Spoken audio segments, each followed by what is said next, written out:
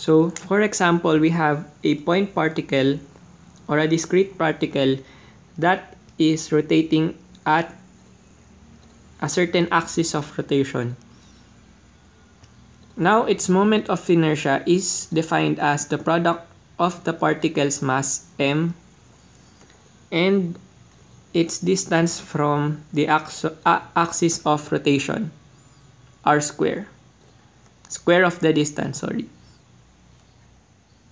Now, if we have many particles, for example, this is another particle and this is another particle, the equivalent moment of inertia of the system of these particles will be the sum of particle I times its radius I.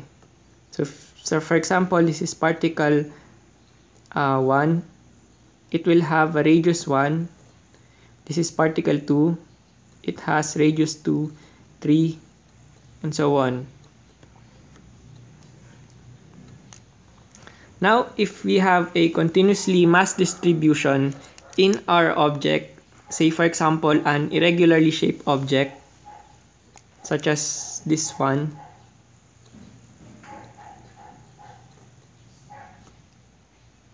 so it is hard to track all the distances that the particles are inside this object.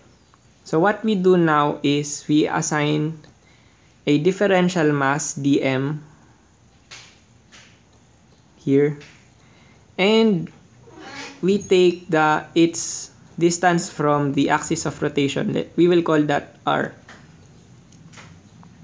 So if our object is irregularly shaped, we would have to integrate over all